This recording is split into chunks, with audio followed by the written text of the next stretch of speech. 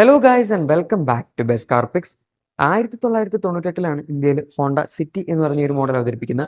അതിനുശേഷം എല്ലാ 5 വർഷം കൂടുമ്പോഴും അവർ വണ്ടി മാറ്റിയിട്ടുണ്ട് പറഞ്ഞു വരുമ്പോൾ. കാരണം 1998 2003 ഒരു അപ്ഡേറ്റ് വന്നു, 2008 അടുത്ത് നമ്മുടെ തേർഡ് ജനറേഷൻ വന്നു, 2014 നമ്മുടെ അടുത്ത ഫോർത്ത് ജനറേഷൻ, അത് കഴിഞ്ഞ് ഫിഫ്ത് ജനറേഷൻ 2020 വരുന്നത്. 2023 ഇതിനൊരു ചെറിയ ഫേസ് ലിഫ്റ്റ് കൊണ്ട് കിട്ടിയിട്ടുണ്ടായിരുന്നു. അത് വളരെ മൈനർ ഗ്രില്ല് മാത്രം മാറ്റിയിട്ടുള്ള ചേഞ്ച് ആയിരുന്നു. ഇപ്പോൾ നമ്മുടെ അടുത്തുള്ളത് ഫിഫ്ത് ജനറേഷൻ തന്നെ സെക്കൻഡ് ഫേസ് ലിഫ്റ്റ് ആണ്. ആൻഡ് ഇതിൻ്റെ അകത്ത് അവർ കാര്യമായിട്ടുള്ള ചേഞ്ചസ് തന്നെ ഫ്രണ്ടിൽ വരുത്തിയിട്ടുണ്ട്. നമുക്ക് ഫസ്റ്റ് ഓഫ് ഓൾ ഹെഡ്ലൈറ്റ് എടുക്കുകയാണെങ്കിൽ ഓൾ LED ഹെഡ്ലൈറ്റ്സ് ആണ് ഇതിനകത്ത് വരുന്നത്. ഇവിടെ ഒരു 3 പാർട്ട് DRL സെറ്റപ്പാണ് കൊടുത്തിരിക്കുന്നത്. ഇവിടെ ഒരു ലൈറ്റ് ഉണ്ട്, ഇവിടെ ഒരു DRL ഉണ്ട്, ഇവിടെ പിന്നെ ഒരു കണക്റ്റഡ് DRL നടുവിലും കൊടുത്തിട്ടുണ്ട്. പിന്നെ ഹെഡ് ലാമ്പ് ആണെങ്കിൽ നമുക്ക് പ്രൊജക്ടർ ഹെഡ് ലാമ്പ് ആണ് ഇതിനകത്ത് കിട്ടുന്നത്. നേരത്തെ അത് ഒരു റിഫ്ലക്ടർ ബേസ്ഡ് ആയിട്ടുള്ള ലൈറ്റ് ആയിരുന്നു. പിന്നെ നമുക്ക് ഇവിടെ ഒരു ചെറിയ എക്സ്ട്രാ എലമെൻറ്റ്, അതായത് ഇത് ബ്ലാക്ക് വണ്ടി ആയതുകൊണ്ട് അറിയാത്താണ്. ഇതിപ്പോൾ നിങ്ങൾ വൈറ്റ് ഏത് കളർ എടുത്താലും ഈ സംഭവം ബ്ലാക്ക് തന്നെയായിരിക്കും. ആൻഡ് താഴത്തേക്ക് വരുമ്പോൾ ബമ്പറിന് റീഡിസൈൻ ഉണ്ട്. നമുക്ക് ഇവിടെ ഒരു എയറോ എലമെൻറ്റ് അവൈലബിൾ ആണ്. ഇനി അഗൈൻ നമുക്ക് ഫ്രണ്ട് ഇത്രേ ഉള്ളൂ. 360 ക്യാമറയുടെ ഒരു ചെറിയ കട്ടൗട്ട് നിങ്ങൾക്ക് ഇവിടെ കാണാം. അത് ഇതിനകത്ത് പുതിയതായിട്ട് ആഡ് ആയിരിക്കുന്ന ഒരു ഫീച്ചറാണ്. ഇനി സൈഡിലേക്ക് വരികയാണെങ്കിൽ നമുക്ക് അതിനകത്ത് 16 ഇഞ്ച് അലോയ് വീൽസ് ആണ് വരുന്നത്. അലോയ്സിൻ്റെ ഡിസൈൻ മാറിയിട്ടുണ്ട്, കുറച്ചുകൂടി സ്പോർട്ടി ആയിട്ടുള്ള പാറ്റേൺ ആണെന്ന് പറയാം. നമുക്ക് 185/55 R16s ആണ് ടയർ സൈസ് വരുന്നത്. 185 വിട്ട് കുറച്ച് കുറവാണ്. നമുക്ക് മാക്സിമം സെഗ്മെന്റിൽ 205 വരെയൊക്കെ വേറെ വണ്ടികൾ കിട്ടുന്നുണ്ട്. 16 ഇഞ്ച് സ്റ്റാൻഡേർഡ് സൈസ് ആണ്. ഇനി അഗൈൻ സൈഡിലേക്ക് വരികയാണെങ്കിൽ ഇവിടെ 360 ക്യാമറയുടെ കട്ടൗട്ട് ഉണ്ട്. നമുക്കിതിൻ്റെ അകത്തും കൈ അകത്തേക്ക് ഇട്ടാലും അതുപോലെ റിക്വസ്റ്റ് സെൻസർ വെച്ചും വണ്ടി അൺലോക്ക് ചെയ്യാൻ പറ്റും. അല്ലാതെ കീയിൽ ഓൾറെഡി അൺലോക്കും ലോക്കും ഒക്കെ ഡെഫിനറ്റ്ലി ഉണ്ട്. ഇനി ബാക്കിലേക്ക് വീണ്ടും വരുമ്പോൾ നമുക്ക് ഇതിനകത്ത് ടെയിൽ ലാംപ്സ് ഈ ഒരു പാറ്റേൺ, അതായത് ഫുള്ളി ബ്ലാക്ക്ഡ് ഔട്ട് ആയിട്ടുള്ള ഒരു ഫിനിഷിലാണ് അവർ കൊടുത്തിരിക്കുന്നത്. വേറെ കാര്യമായിട്ടുള്ള ചേഞ്ച് ഒന്നും ടെയിൽ ലാമ്പിൽ കൊടുത്തിട്ടില്ല. ഇതൊക്കെ ഹാലജൻ തന്നെയാണ്. നമ്മുടെ ഇൻഡിക്കേറ്റേഴ്സ്, റിവേഴ്സ് ലൈറ്റ് അതൊക്കെ വരുന്നത്. ബമ്പറിൻ്റെ ഡിസൈനിലും ഒരു വ്യത്യാസം കൊടുത്തിട്ടുണ്ട്. നമുക്കിവിടെ ഒരു അതായത് റിഫ്ലക്റ്റേഴ്സ് ഒക്കെ ഈ ഒരു രീതിയിലാണ് വരുന്നത്. 4 പാർക്കിംഗ് സെൻസേഴ്സ് ആണ് ഇതിനകത്ത് വരുന്നത്. ബൂട്ട് സ്പേസിൻ്റെ കേസിലാണെങ്കിൽ 506 ലിറ്റേഴ്സ് ആണ് പെട്രോൾ വണ്ടിയിൽ, അതായത് പെട്രോൾ CVT തന്നെ എന്താണെങ്കിലും നമുക്ക് കിട്ടുന്നത് മാനുവൽ ആണെങ്കിലും. ഇനി ഹൈബ്രിഡ് എടുക്കുകയാണെങ്കിൽ അതിൻ്റെ അകത്ത് നമുക്ക് ഇവിടെ ബാറ്ററി പാക്ക് വരുന്നതുകൊണ്ട് തന്നെ 306 ലിറ്റേഴ്സ് മാത്രമേ ബൂട്ട് സ്പേസ് വരുള്ളൂ. ഇവിടെ കുറച്ച് ഒരു ചെറിയൊരു എക്സ്ട്രാ ഹൈറ്റ് വരും. സോ അതാണ് ഈ വാഹനത്തിൻ്റെ നെക്സ്റ്റ്. പിന്നെ ലെങ്ത് ഒക്കെ ചെറുതായിട്ട് കൂടിയിട്ടുണ്ട്. ഫ്രണ്ടിൽ ഓവർഹാങ് കൂടിയിരിക്കുന്നതിൻ്റെയാണ്.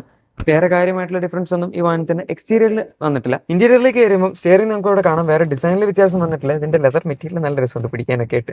നല്ല ഫിനിഷിംഗ് ഉള്ള മെറ്റീരിയലാണ്. പിന്നെ സ്റ്റിയറിംഗ് കൊണ്ട് controls, level 2 ADAS, camera base system ആണ് ഇതിനകത്ത് വരുന്നത്. പിന്നെ നമുക്ക് പുഷ് ബട്ടൺ സ്റ്റാർട്ട് ഉണ്ട്, ഓട്ടോ ലൈറ്റ്സ് വരുന്നുണ്ട്. പിന്നെന്താ ചേഞ്ച് ഉള്ളത്? ഇൻസ്റ്റന്റ് ലെസ്റ്റ് ഒക്കെ സെയിം ആണ് ഇതിനകത്ത്. നമുക്ക് ഇവിടെ 7 ഇഞ്ചസിൻ്റെ ഡിജിറ്റൽ ഡിസ്പ്ലേയും അതുപോലെ ഇപ്പുറത്ത് ഒരു അനലോഗ് ഡിസ്പ്ലേ ആണ് ഇതിനകത്ത്. അതായത് ഡിസ്പ്ലേ അല്ല, അനലോഗ് യൂണിറ്റ് ആണ് വരുന്നത് സ്പീഡോമീറ്ററിന്.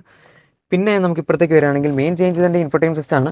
നമുക്ക് ഇതിൻ്റെ ആംഗിൾ ഇത്തിരി ഇങ്ങോട്ടേക്ക് ടിൽറ്റ് ആയിട്ടാണ് ഇരിക്കുന്നത്. പിന്നെ കുറച്ചൊരു പുറത്തേക്ക് പ്രൊട്രൂഡ് ചെയ്ത് നിൽക്കുന്ന രീതിയിലുള്ള ഫിനിഷാണ് കൊടുത്തിരിക്കുന്നത്.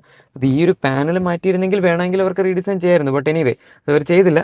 10.1 ഇഞ്ചാണ് size. Wireless Android auto, apple CarPlay എല്ലാം ഇതിനകത്ത് കിട്ടുന്നുണ്ട്. നമുക്കിപ്പോൾ ഈ വണ്ടി നിലവിൽ ഇതിൻ്റെ ബാറ്ററി ഡൗൺ ആയതുകൊണ്ട് നമുക്കത് കാണിക്കാൻ പറ്റില്ല. എനിവേ താഴത്തേക്ക് വരികയാണെങ്കിൽ ഇതാണ് നമ്മുടെ ഓട്ടോ AC കൺട്രോൾ പാനൽ വരുന്നത്. ഇതിനകത്തും നമ്മുടെ തിരിക്കാനുള്ള ഫിനിഷ് നല്ല പ്രീമിയം ഫിനിഷാണ്. സിംഗിൾ സോൺ ആണ്, പക്ഷെ എന്നാൽ ഈ മെറ്റീരിയൽ കൊള്ളാം. പിന്നെ നമുക്കിവിടെ വെന്റിലേറ്റഡ് ഫ്രണ്ട് സീറ്റ്സ് അവർ പുതിയതായിട്ട് ആഡ് ചെയ്തിട്ടുണ്ട്. താഴത്തേക്ക് വരുമ്പോൾ കപ്പ് ഹോൾഡേഴ്സ് ഉണ്ട്. നമുക്ക് വയർലെസ് ചാർജർ അതിനകത്ത് വരുന്നുണ്ട്.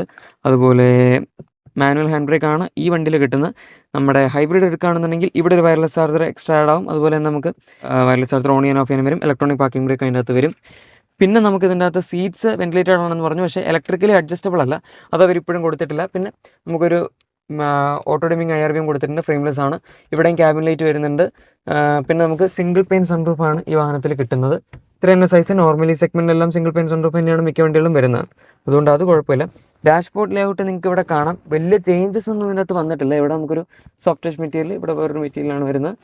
ആംബിയൻ ലൈറ്റ് ഇവർ ഇവിടെ ആഡ് ചെയ്തിട്ടുണ്ട്. അത്രേ ഉള്ളൂ. സീറ്റ്സ് ആണെങ്കിൽ ഇവിടെയാണ് നമുക്കൊരു മൊത്തത്തിൽ ഐവറി ഫിനിഷാണ് അവർ പിടിച്ചിരിക്കുന്നത്.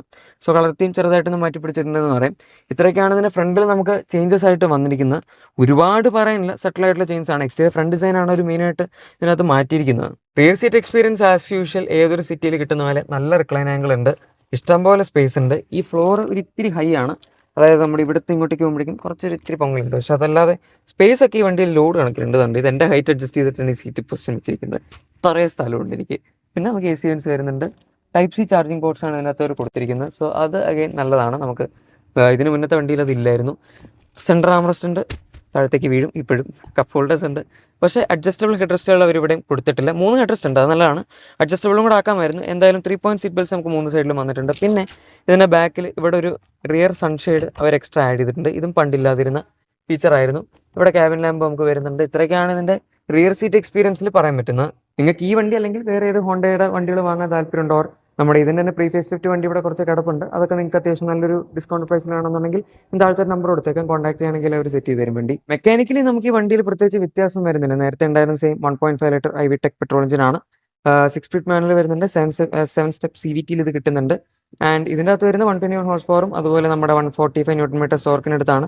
ഇതിന് തന്നെ ഹൈബ്രിഡ് ഉണ്ട്, 126 ഹോഴ്സ് പവറും 253 ന്യൂട്ടൺ മീറ്റർ സ്റ്റോർക്കിനാണ് പീക്ക് പവർ വരുന്നത്. എനിക്കലി ചേഞ്ചസ് ഒന്നും ഇല്ല, എല്ലാം സെയിം ആണ്. സോ അവിടെ നമുക്ക് പ്രത്യേകിച്ച് വേറെ എടുത്തു പറയാനൊന്നുമില്ല. സോ ഗൈസ്, ഇതാണ് നമ്മുടെ പുതിയ ഹോണ്ട സിറ്റി ഫേസ് ലിഫ്റ്റിന്റെ വിശേഷങ്ങൾ. എന്താണ് നിങ്ങൾക്ക് ഈ വണ്ടിയെ പറ്റിയുള്ള അഭിപ്രായം എന്ന് താഴെ കമന്റ്സിൽ പറഞ്ഞേക്കാം. പിന്നെ നിങ്ങളുടെ എക്സിസ്റ്റിംഗ് വാഹനത്തിന് എന്തെങ്കിലും ആക്സറീസോ ക്ലീൻ ബ്രോക്സ് ഒക്കെ വേണമെങ്കിൽ നമ്മുടെ ഡിസ്ക്രിപ്ഷനിലെ പ്രൊഡക്റ്റ് ഉറപ്പായിട്ടും ചെക്കൗട്ട് ചെയ്യാൻ മറക്കണ്ട. നമുക്ക് മറ്റൊരു വീഡിയോയിൽ കാണാം.